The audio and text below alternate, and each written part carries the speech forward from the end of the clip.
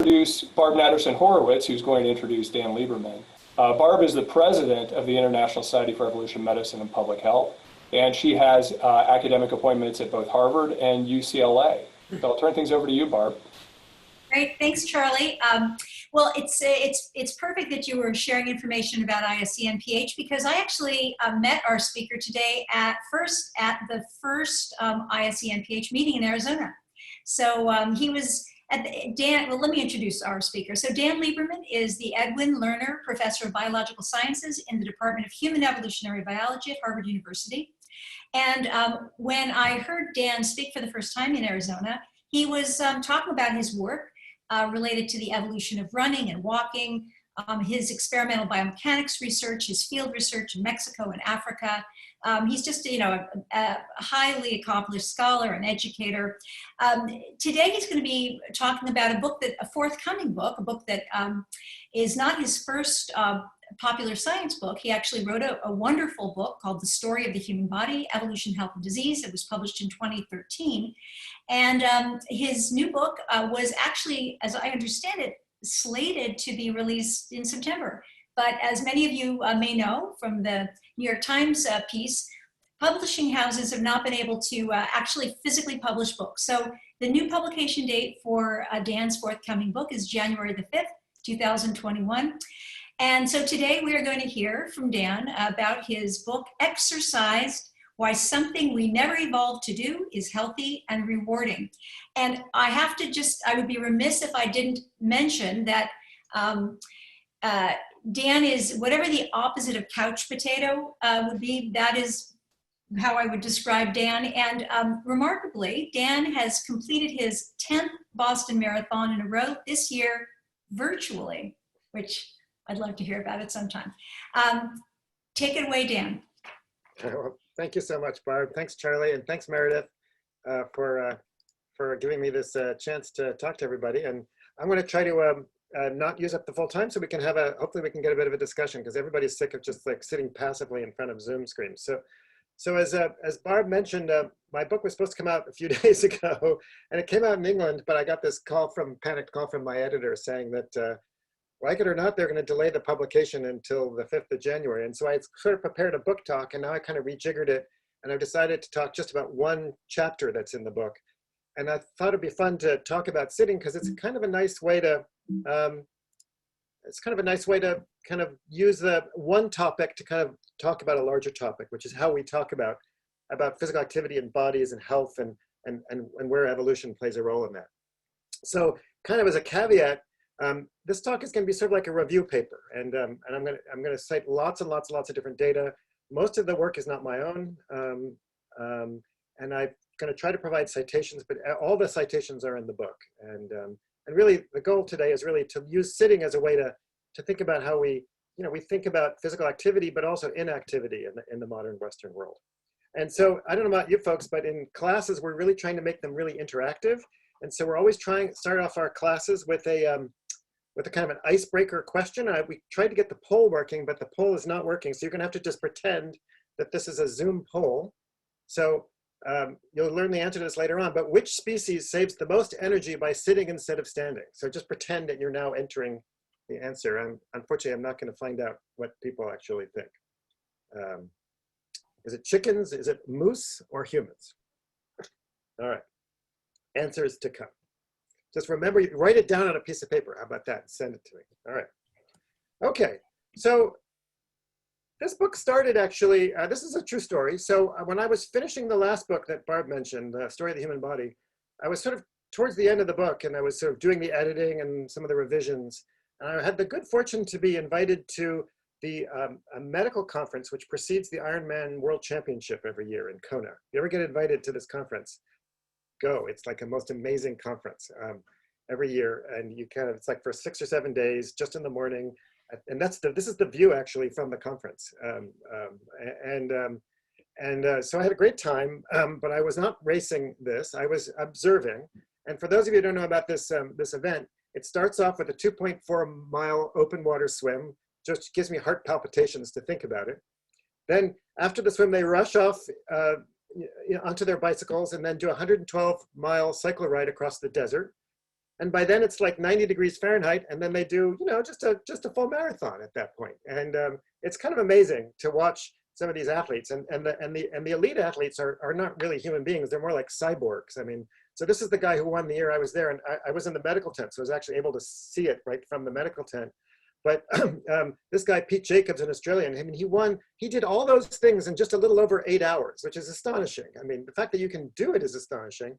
But the other fun time is to go towards midnight, because you have to finish by midnight. And this was the last woman to finish, last person to finish, a 77-year-old woman who finished just under the 17-hour limit. It was really quite amazing. And she's being congratulated by one of the women's winners. And you go to Ironman, you realize why their motto is anything is possible, because it's kind of amazing that anybody can do this. But I have to say, not me. There's no way I would ever do this. I mean, you know, I like to run, but a 2.4-mile open water swim is never going to happen. I can barely dog paddle, and I don't really want to be more than a dog paddler, really. And so then I'm sort of thinking about this kind of amazing race and the endurance, and you know, how this is an extreme of human performance.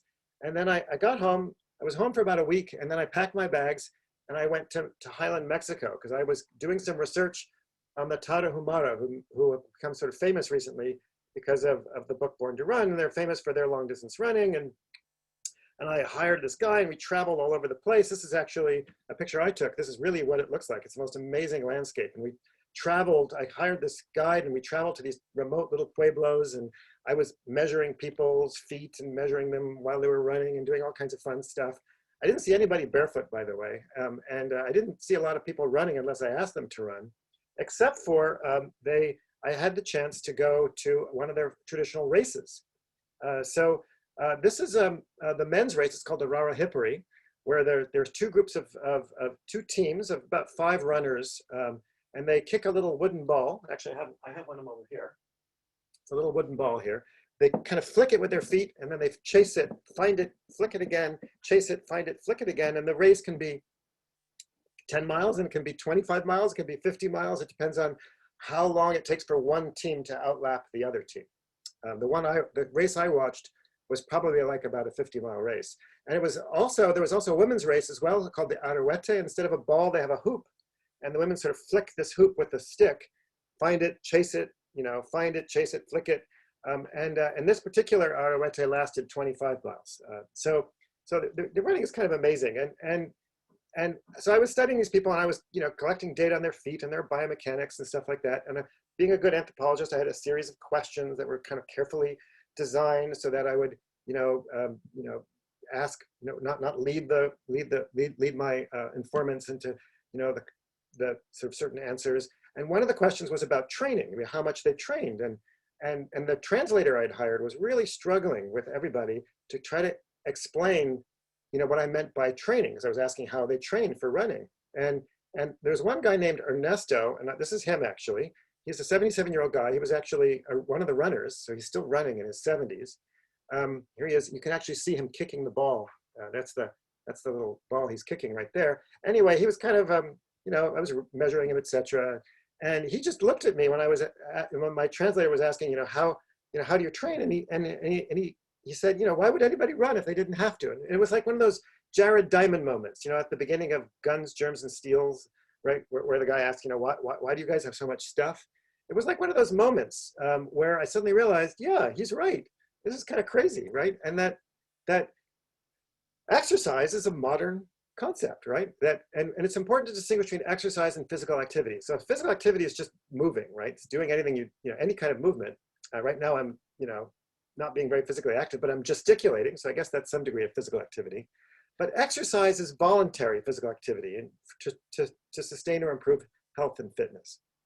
And it's a modern idea, and we've commercialized it. Just do it. We've medicalized it. Exercise is medicine, but it's a very weird kind of modern concept. And so, I was finishing this book on how we never evolved really to be healthy, and I started thinking about, well, the sequel was really how we never evolved to exercise. And so I thought it might be fun to write a natural history of physical activity from both the evolutionary and anthropological perspective. So we all know that nothing in biology makes sense except in the light of evolution, and I would say that exercise falls into that category.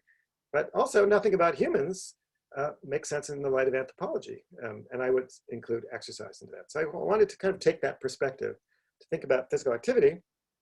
And I realized that if I was going to kind of do a natural history of physical activity, I really should start with physical inactivity, because after all, it's the flip side of the, it's the opposite side of the same coin, right? And the more I started thinking about it, the more I realized there are a lot of myths and misconceptions about physical activity and inactivity. We engage in a lot of oversimplification. It's often, the way in which the information is conveyed to the public is often subject to kind of shallow sensationalist journalism. And also we're very influenced by various kinds of cultural norms. And I wanted to kind of explore some of those ideas. So first, some definitions to kind of get us started. So sedentarism is basically any waking behavior. This is, of course, a medicalized definition, right? But basically not doing very much, being a couch potato, and often in the medical literature, that's defined as basically any behavior that's less than 1.5 METs, and that's basically the energy you spend just sitting there, in your chair, and it's usually considered 3.5 milliliters of oxygen per kilo per meter. And physical inactivity is very medicalized definition. It's basically not achieving whatever the physical guidelines happen to be, and most major organizations around the world consider physical activity to be 150 minutes a week of moderate physical activity. So like a brisk walk, for example. But there are others, and not everybody agrees on that. So if you think about it, there's kind of a paradox because about physical inactivity, because we're told that we don't exercise enough, right? And it turns out that 80% of Americans are too physically inactive. They sit too much, right? And yet we're also told that 30% of Americans don't get enough sleep. And why is it that, if we're told to sit less, we're also told to sleep more? It's kind of a little odd. But anyway, started thinking about this kind of paradox. And because sitting is especially demonized. And, I could put up lots of slides of this, but we've all heard the phrase sitting is the new smoking, and your chair is out to kill you, and beware the chair. There's lots of ideas out there that's very common out there in the literature. In newspapers and magazines and on the web, etc., that sitting is really dangerous. This is my favorite quote from a book that came out recently, which the author said that for every hour we sit, 2 hours of our lives walk away lost forever. You can do the math and realize that might be a little bit hyperbolic statement, but anyway. So, but there are a lot of scary statistics we're constantly reading. So one scary statistic is that if you sit for more than 3 hours a day, which I venture is every single human being watching this lecture, that's responsible for approximately 4% of deaths worldwide. Another stat that's out there a lot is that an hour of sitting is as harmful as the benefit of 20 minutes of exercise. So, or replacing 1 to 2 hours of sitting with light activities like walking can lower death rates by 20 to 40%. There's a lot of these statistics out there which make people really, really kind of scared about sitting. And also how we sit is also demonized. I don't know about you, but I spent my entire childhood being told not to slouch. I still slouch a lot, right? And we're supposed to sit upright, not too upright, not slouch, not lean forward. And if we don't do that, we're supposedly that makes us get lower back pain, and we shouldn't do it.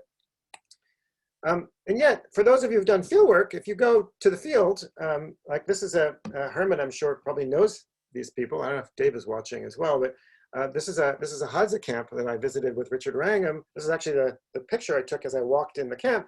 Everybody's sitting, right? So if sitting's so dangerous, what's it with the rest of the world, the non-Western world? And in fact, the places that I've done research, like in Mexico and in Kenya, etc., people, when they're not working, doing labor, they're sitting a lot, and they sit an awful lot. And we'll talk a little bit more about that in some of the data. So I think we can ask the question, is sitting really all that harmful? And what lessons can we learn from sitting about how we think and talk about health? And that's really kind of the snippet I really want to talk about today. So let's look skeptically. Again, this is going to be kind of a big, broad brush review using the lenses of evolutionary biology at sitting. And we'll start with an evolutionary framework, then we'll talk a little bit about the data on how much people sit, talk about the costs and benefits, how people sit, the effects of sitting, and then finally, we'll talk about some lessons learned. But very quickly, an evolutionary framework, and as evolutionary, people are interested in evolutionary medicine, that instead of labeling things as good and bad, a much better way of thinking about it is what are the costs and the benefits. And of course, one of the obvious benefits of sitting is it's more stable than standing, but most importantly, it saves energy. So you save about 8 to 10% more calories sitting than standing, So for an average 175 pound adult male, that translates to about 8 kilocalories an hour for sitting instead of standing. So that's not, chump change, because as we all know from energy allocation theory, right? You spend about 2/3 of your energy, and Herman Ponzer, who I know is somewhere there, he's disappeared from my screen. About 2/3 of your metabolism goes towards your resting metabolism and your basal metabolic rate and stuff like that, and you're growing and taking care of your body, and maybe about 1/3 is spent doing stuff, right? So if you are just a typical American male and you sit for 10 hours a day, that's about 29,000 calories a year that you're saving, and that's not chump change. That's enough energy to run 11 marathons. So it's a fair amount of energy. And it turns out that also so to answer the poll earlier, it turns out that humans actually stand pretty efficiently. So the energetic benefit is actually not as great in humans as in other species. So people have actually measured how much it costs all kinds of animals to stand versus sit. It turns out that a moose saves about 25% of energy sitting. They actually put masks on mooses. Moose, the plural of moose is moose, right? Chickens, poultry, etc. There's a lot of data on birds. It kind of ranges between 16 and 25%. So humans are actually pretty efficient standers, which means that our sitting doesn't save us that much energy. And this is, of course, stuff that Herman Ponzer has written a lot about. But humans, of course, evolved not from average mammals, but from apes. And apes are actually much less energetically, less active than a lot of mammals. So the average physical activity level, which is the total energy you spend in a day divided by BMR, for most mammals is around 3. I mean, there's a lot of variation. But the great apes are about 50% less in terms of their physical activity levels. But human hunter-gatherers are about 25% more. So that suggests that since we evolved from kind of much more couch potato-y animals, there's been kind of extra selection for us to be very, very careful about how we use energy. So what are the costs? That's the benefits of sitting. So then what are the costs? Well, one cost obviously is that you become a sitting duck, right? So you're much more vulnerable to predators if you're sitting. Not always a good idea to be sitting on your rear end when there's a lion nearby.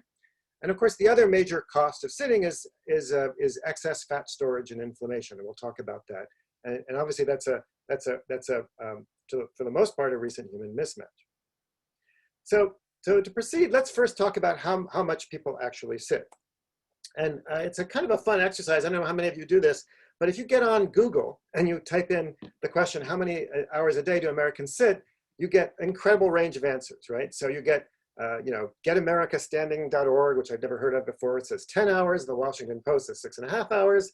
Some website called inverse.com says 8.5 hours. I mean, you just, like, it's all over the place. And when you look at these data, you don't know if the data are self-reported, which of course are highly suspect because people have no idea how much they really do most stuff. You don't know if they've controlled for covariates. You don't know who they're actually measuring. It's kind of like it's all over the place. And so you can so if you want to make an argument that we sit a lot, you can pick 12.5 hours. If you want to argue that we don't sit that much, you can pick 6.5 hours. You can say anything you want these days, right?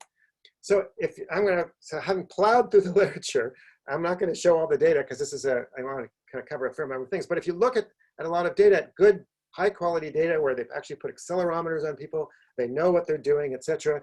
There's a lot of variation, but on average, younger people, so young adults in America, sit on average around 9 to 10 hours a day. Older individuals tend to sit more, 12 to 13 hours, but there's a lot of variation. People sit more on weekdays than weekends, and it varies by age and sex and socioeconomic status, etc., as you might imagine. But these are kind of reasonable ballpark estimates. You're never going to come up with one number about how much Americans sit. There's too much variation. That would be an oversimplified number. And fortunately, Dave Reichland and Herman Ponzer and Brian Wood have actually measured sitting in hunter-gatherers. I was really delighted when this paper came out. I was actually revising the book, and really great to cite it. So here's a picture of those three guys. Here's Dave doing all the hard work, and Brian and Herman seem to be just kind of looking along, very concerned. I guess they're concerned that Dave is putting the wrong sensor on or something. Anyway, but the Hadza, that's one of the problems with Zoom is you can't hear anybody chuckle. Anyway, but according to these data, the Hadza sit on average almost 10 hours a day. Of course, there's variation. And about half of that sitting is sitting on the ground, and then about 18% is squatting, and about 14% is kneeling. So Hadza basically aren't any different from Americans. So don't tell us that we sit too much, unless you also think that hunter-gatherers sit too much too. So I was really delighted when that paper came out. But that said, we often obviously sit differently. So the Hadza don't have chairs, and they don't have backrests, their sitting tends to be intermittent. So they average about 15 minutes about. Again, those are data from Reichland et al. And when they're not sitting, of course, they're doing moderate to vigorous activities. They're averaging about 135 minutes a day. Again, I'm totally stealing data from Ponzer and Reichland and Wood. Whereas, of course, we sit all the time on chairs with backrests. Here are these two very happy-looking gentlemen. You can see how much they're enjoying each other's company. And they're, of course, sitting there for long periods of time. Our Americans tend to be in much more sustained bouts of sitting. Around 40 minutes is average. Again, there's a lot of variation. And there's all kinds of scary data which says that when we're not sitting, we only engage in about 9 minutes or so on average of moderate and vigorous activity. There's a lot of variation, I guess, around that. Okay, so I think we can destroy the myth that it's only modern, Westerners that sit a lot. So what are the costs and benefits of this sitting time on health? And of course, there's two major kinds of evidence. There's mechanistic evidence and epidemiological evidence. And so one of the major negative health outcomes that's associated with sitting, of course, is the opportunity cost of not being physically active, right? So if you're sitting, that means you're not getting any physical activity, and that means you're subject to weight gain and to hypertension and metabolic diseases, and you're not getting the neuroprotective benefits of exercise and the musculoskeletal benefits of exercise and the neurotransmitters, et cetera, et cetera, et cetera. So one of the costs of sitting, of course, is what happens when you're not otherwise being physically active. Then the other cost of sitting is its inflammatory component. So this is kind of important because there's a number of ways in which sitting affects inflammation. So one of them is that just interrupting sitting. So here's an experiment where they looked at, for example, there's lots of molecules that were looked at, but this is just triglyceride concentration of a bunch of individuals that were all told to sit for 2 days, kind of wash out whatever they were doing before. Then they were given a big, large, standard American diet meal, and some of them were told to sit for 5 hours after the meal, but others were allowed to have light activity breaks, interrupting their sitting. This is not much activity, just a little bit, getting up every once in a while. And you can see there's for example, on this particular graph, there's a 12% decrease in the circulating triglycerides. So sitting, interrupted sitting, for example, decreases postprandial glucose and triglyceride levels, which are inflammatory. Interrupting sitting also affects the downregulation of the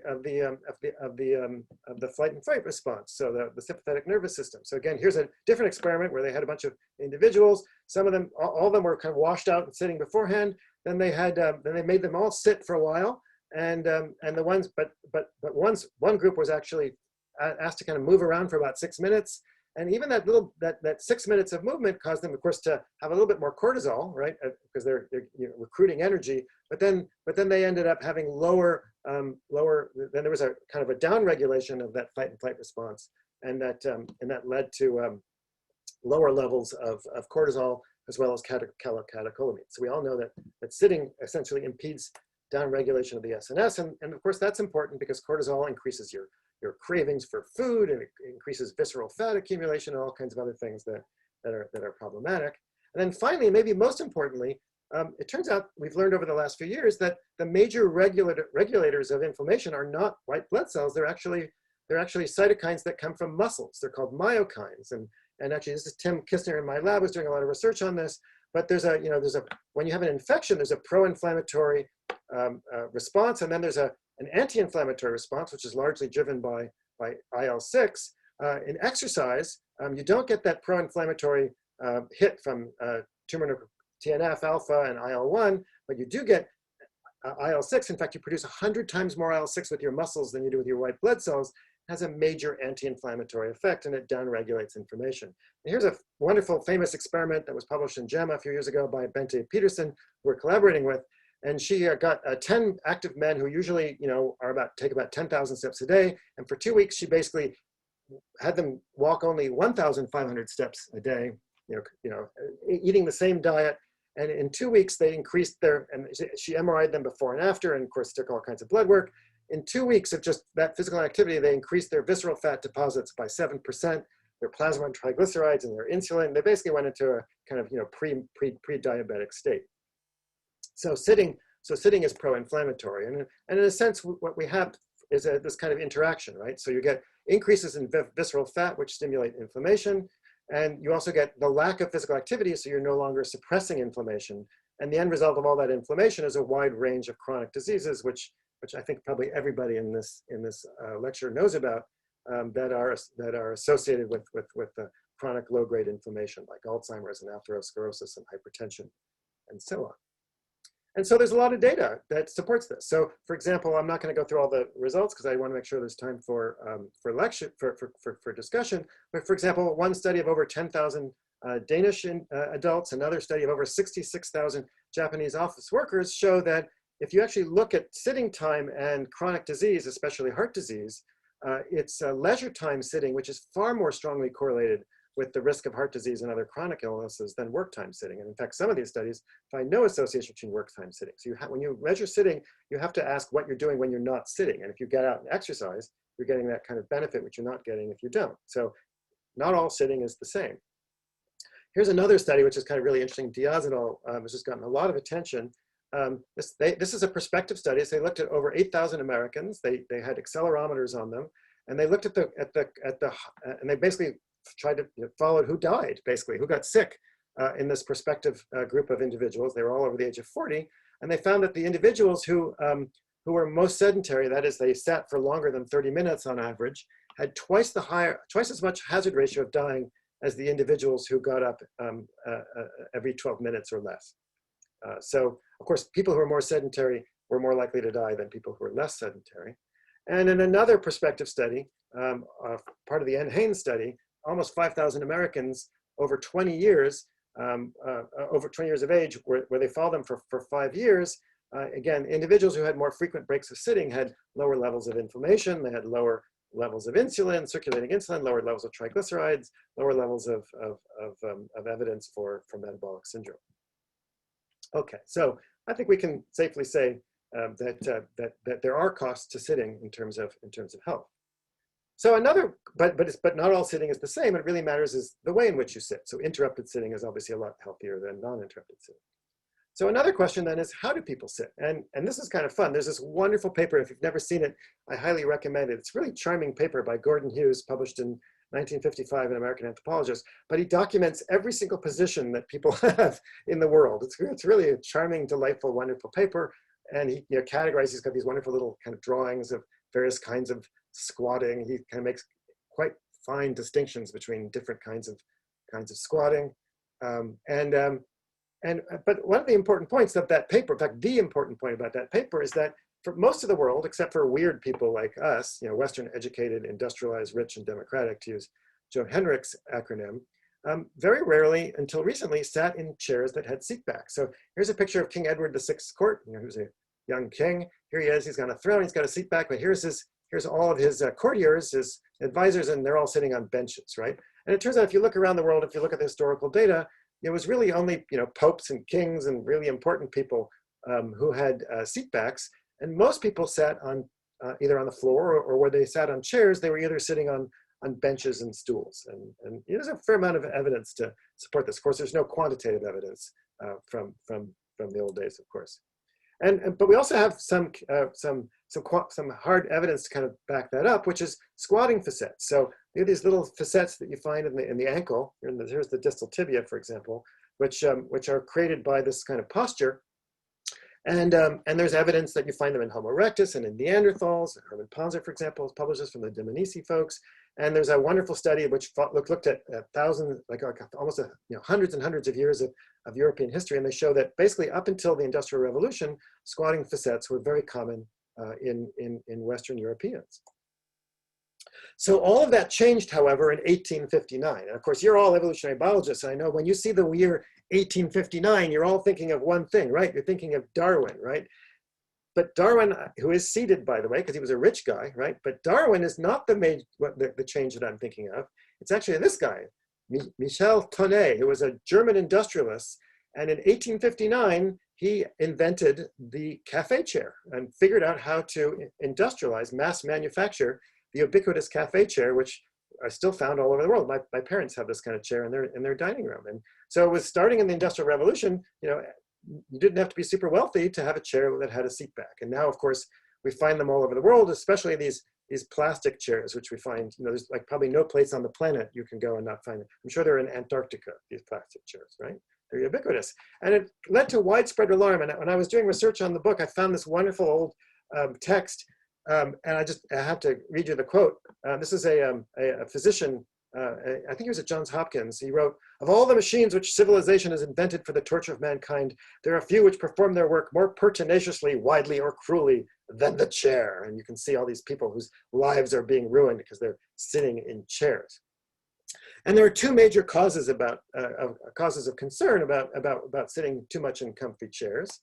And one of them is that, of course, sitting in backed chairs leads to inactive sitting.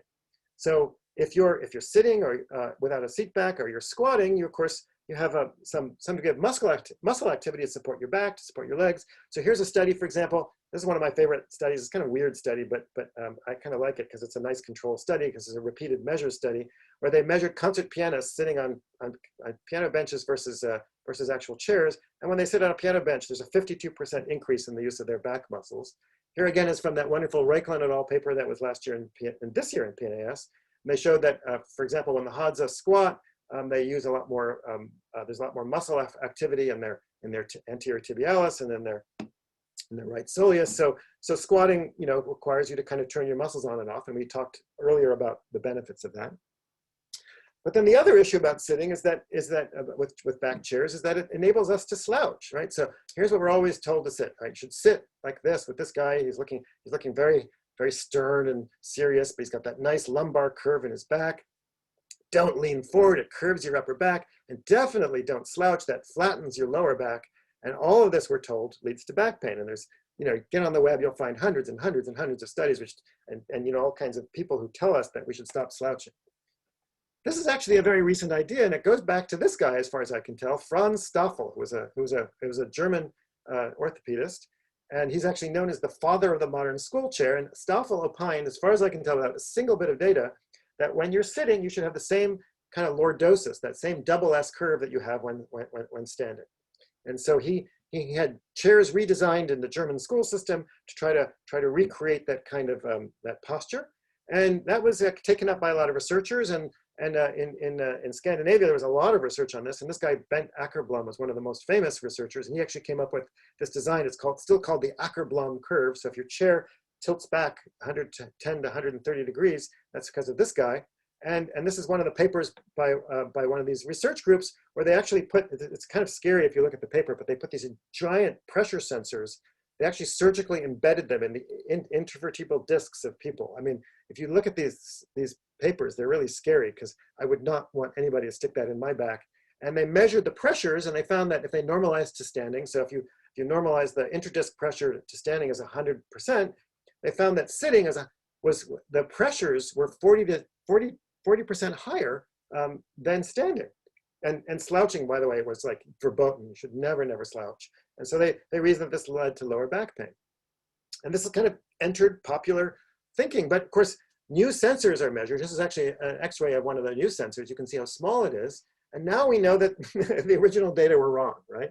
And it turns out that, so here's one of a recent papers. This is from Wilke et al., right? So this is standing, right? We've normalized standing to 100%. And here's somebody sitting, and it's actually it's actually about 80%. And in fact, if you slouch, there's a reason people like to slouch. It actually puts a lot less pressure on your back. It's actually about 40% lower than standing. And also, there's plenty of EMG data that back up you just using your muscles a lot less. And it turns out when you start looking at the literature, and a lot of this help I got from a sitting researcher named Kieran O'Sullivan in Ireland. But it turns out there are many meta-analyses and systematic reviews, etc., of the dozens and dozens of studies that have been done between sitting postures and lower back pain. And you can really search very hard. You're going to find almost no evidence that sitting posture has any effect on lower back pain. So here's one example of a prospective study, because of course we like to look at prospective studies. This one happens to be in Switzerland. So they took 180 healthcare workers in a Swiss hospital. Everybody got the same treatment about how to lift things properly, you know, and all that kind of stuff. But one group got strengthening exercises, and they followed them for 10 years. And those individuals not only had, surprise, surprise, stronger backs, they also had 50% less lower back pain than the other group. And then if you just look at just large numbers, just epidemiological studies, it shows that the biggest risk factor for lower back pain is not sitting. In fact, it turns out that people who stand in hot rooms have much higher risk factors than people who slouch. People, of course, who use jackhammers have problems, etc. But the biggest, most common risk factor is having a weak, highly fatigable back. And again, all the references for this are in the book. And in fact, these kinds of postures are typical of the way people sit, right? So here's how we're supposed to sit, like this guy. But if you slouch, you kind of straighten your lower back, you curve your upper back. But that's also true if you sit on the ground. And of course, if you squat, you're also curving your upper back. So these are actually kind of evolutionarily normal positions. So why are all these common beliefs so wrong? Well, one reason I think is that we've completely confused cause and effect. And we think that if good sitting posture prevents back pain, but it's actually the way around, which is that people who have strong, healthy, fatigue-resistant backs are much more likely to have the strength to sit upright in a good sitting posture. And again, I've got lots more about that issue in the book. And then the other is just that their cultural norms that cannot be underestimated. What we consider to be correct sitting posture is actually, this guy's going to, he's heading off to the back surgeon in a few years, right? But that's just a cultural norm that we shouldn't do that. Well, maybe this is a little bit on the extreme side. So in short, I think that we have become kind of exercised, and exercised in the English language means to be vexed, anxious, harassed, and confused. And I think we've become exercised about sitting, and in fact, we're exercised about pretty much everything else about exercise and rest. And so sitting is not abnormal, and it's not the new smoking. And yes, too much sitting can be unhealthy. And yes, it's good to get up actively and frequently, but we should relax. Slouching is not the demonic, really terrible behavior that some of us have been told to. Well, up to a point. Maybe this is a little extreme and probably unhealthy. And I think there's also kind of just to conclude, I think there's some sort of larger, more general lessons too about how we become exercise about sitting, which is how do we get from a behavior which is sort of normal and pleasant and necessary. After all, you can't exercise all day long. I mean, everybody needs to sit, right? And make it a source of stress and confusion and virtue signaling. You run out and buy a standing desk. And by the way, I should admit, I am using a standing desk right now. So I don't want to be called a hypocrite. I actually like my standing desk, but I don't use it all day long. And I think one is that, that we've, oh God, that's not what I wanted to do. I think there are a lot of interrelated factors. And one of them is that I think we've kind of commodified and medicalized almost everything. We've medicalized health, which makes sense, but we also medicalized exercise, and we've medicalized information about health, right? And we've commercialized it, we've commodified it. So there's always something for sale. And I think when we do that, we kind of create sometimes adverse or not necessarily optimal costs and benefits and rewards. And one of the results is that we've increased the kind of demand and reward for kind of oversimplifying solutions, simplifying explanations of complex problems. And there's a benefit to publishing a paper where you exaggerate your results, or journalists who sort of overblow the research of researchers, or come up with sort of shallow, oversimplified explanations like sitting is the new smoking. We also, of course, have a biased, weird perspective. If you only look at, modern American college students, you're going to get a pretty weird view of how human bodies work. And it really does pay for us to travel around the world and look at how people in other cultures and other biology, other parts of the world, and of course our ancestors might have used their bodies. And certainly, I don't need to explain to this crowd why a lack of evolutionary thinking has led to a lot of warped perspectives as well. And so all of these ideas I explore for far more than just sitting in my book, and I hope you get a chance to enjoy it. So now's the time to pause, and there are a lot of people to thank, and I'm happy to take any questions. Sorry, I was trying to do it in 30 minutes, but I went a little bit too long. I apologize. Okay, Barb, did you want to handle Sure. some of the questions? Yeah, that was absolutely fantastic. There's the chat is exploding. We've got people walking on treadmills right now. There's questions about fidgeters. So there's lots of interest. I have a quick question, Dan, if I can just kick things off. So uninterrupted sitting is pro-inflammatory, and yet not getting enough in an uninterrupted sleep, another sort of inactive, is itself pro-inflammatory. So what's the difference between sitting and sleeping? Well, I mean, I think it just goes to show, I mean, it's a great question. And I think, that's part of the reason why, we've got to be really careful about oversimplifying everything. Everything has a cost and everything has a benefit. And when you're inactive, there are benefits. You save energy and your body rests and repairs, etc. But you also enter a kind of a postprandial state where you're not saving any energy. You're not using much energy. So the benefits of sleep aren't about saving energy. The benefits of sleep, and Charlie's written a lot about this, are more about the brain, right? It's about cleaning your brain and storing memories, etc. And so everything's a trade-off. And so the optimum is complicated. As many people are kind of aware, and again, another wonderful paper that was included data from the Hadza showed that also this myth of 8 hours is also, well, it's a myth, right? The idea that people before electricity always slept 8 hours. There's precious little good evolutionary data, in fact, maybe none, to support that hypothesis as well. So yeah, everything's a trade-off, and sleep and sitting are no exceptions. Great. Susan Alberts has her hand up. Susan? Yeah, thank you. I have a really quick question that maybe you address in your book. Great talk, by the way, so much fun and informative. I'm curious about variation among people, for instance, in how the back, variation in structure or in, you get my question. Variation is incredibly important. I think it's kind of one of the things I'm railing against, which is this kind of single kind of idea that, there's everybody should do this and nobody should do that, because of course there's a lot of variation. There's variation in strength, there's variation in endurance, there's variation in flexibility, there's variation in the length of the back, there's variation in how people use their backs, there's variation in the lumbosacral joint. Actually, you can maybe just see at the bottom of my screen, but one of the grad students in my lab, Ben Simpson, is actually doing his PhD on just this topic. So we're trying to collect more information on this and trying to actually analyze variation, because right now we, just think about another example is, like hypertension, right? We're told that if you're 129 over, 80 something, you're fine. And if you're 130, you suddenly have hypertension. But of course there's variation, and it depends, sex and age and, all sorts of things. So variation is incredibly important. And that's kind of one of the reasons why I did not give a number for how many hours a day Americans sit, because there's just too much variation to actually give such a number. So I thank you for the softball. I like the question. Margaret Humphreys has her hand up. Hi, thank you.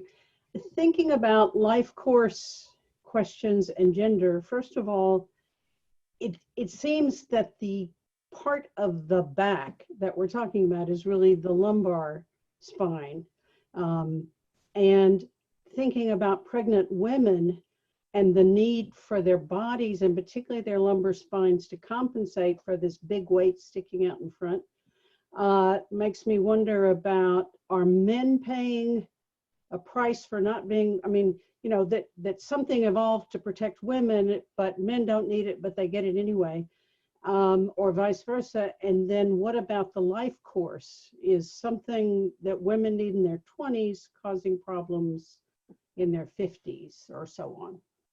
Oh my God, I could speak for like probably 2 hours on your question. So we've actually published data on this. We actually had a paper in Nature a few years ago on pregnancy and how women have evolved to cope with the biomechanical demands of pregnancy by spreading their lumbar curve over more vertebrae than men. Women also have larger and more coronally oriented zygopophyses to handle the shear stresses caused by pregnancy.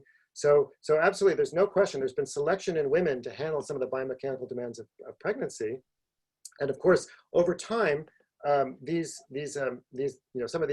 injuries, and there's many causes of lower back pain too, and that's part of the problem. Some lower back pain is caused by muscle weakness, but others are caused by joint deterioration, etc. So we got to be really careful about the particular etiology and the particular cause of the disease. But another issue is gender differences in behavior. So in Africa, for example, where I work, almost all the carrying is done by women. Women in the villages where we work, they're carrying sometimes 30% of their body weight every day up these steep hills in terms of water. They're carrying huge loads of firewood, and in some regards that might be really beneficial, right? Because it helps develop strength and endurance. And we have a paper that we're working on that Ben Simpson's the first author, where we're showing that these women have a lot more strength and endurance, but there may be long-term costs in terms of damage. Those are, of course, much harder to measure because you need, you really want prospective studies, but you need a very long-term prospective study. So we only have retrospective studies. But you're right. Those are all important factors. Thanks. Brian here has a couple of questions. He's asking what it means for children, and someone else is asking about particularly school-age children in this Zoom education moment. And Brian also asked, did working while sitting originate with writing? What would the origin be for excessive sitting? Good question. I mean, I think, first of all, there's emerging data. I saw a paper recently, actually, I sort of helped contribute to a little bit, that during the lockdown in an average over 40 countries, there was a 42%, I believe, 40-something percent increase in sedentary activity during the lockdown. And that was in adults. I haven't seen any data on kids, but I'd be very surprised if there weren't some effects too. But of course, there could also be some benefits, because schools often, like my daughter's school, they kept them in their desks so much because they were so worried about standardized tests. They didn't have much recess. So maybe if kids are at home, their parents are actually more sensible than their teachers in allowing the kids to run around a little bit more in the house. So I don't know. Certainly data need to be collected, but it's very important. In fact, the minimum suggested required amount of physical activity for children is an hour a day, not 21 minutes a day, which is what the WHO recommends for adults. So I'm sure there are all kinds of interesting effects, but I don't know the result of that. And then the other question was, when did a lot of sitting occur? Well, of course, we don't have really good, obviously, long-term historical data because people weren't measuring sitting duration, back then. But I would guess it's the rise of, I would say it's really the rise of post-industrial jobs. If you look at the data on, for example, physical activity levels of early, people have sort of early kind of industrial type jobs versus post-industrial type jobs, they're really different. And of course, in physical inactivity is mostly marked by sitting, right? It's what you do when you drive in your car. It's what you do when you sit at your desk. And to that, of course, now there's a kind of reversal in terms of socioeconomic status. So now the wealthier you are, the more time you have, and money you have to go to a gym and take time off from the job that requires you to sit. So it's a really complicated topic. But yeah, the Industrial Revolution and the Post-Industrial Revolution have really changed things in all kinds of ways. Universal literacy is one, and sitting is another. I think we have time for one more. There's a question about fidgeters, and it's Marianne, and I just lost her last name here, but what about fidgeting? Does that? There's lots of wonderful data on fidgeting. Fidgeters actually spend a fair amount of energy, and they have lower levels of inflammation. So fidgeting is good. And it's also another interesting thing, because my daughter is a serious fidgeter, and when she was in school, her teachers kind of reprimanded her for fidgeting. And first of all, it helped her concentrate, but it was also good for her. And so how did fidgeting become somehow culturally looked down upon? I mean, there's so much value, there's so many value-laden and sort of judgmental aspects of how we treat bodies. That's just yet another example. It was actually Marianne Barrier. I'm sorry about that. I think we're going to wrap things up. Charlie, do you want to take it away?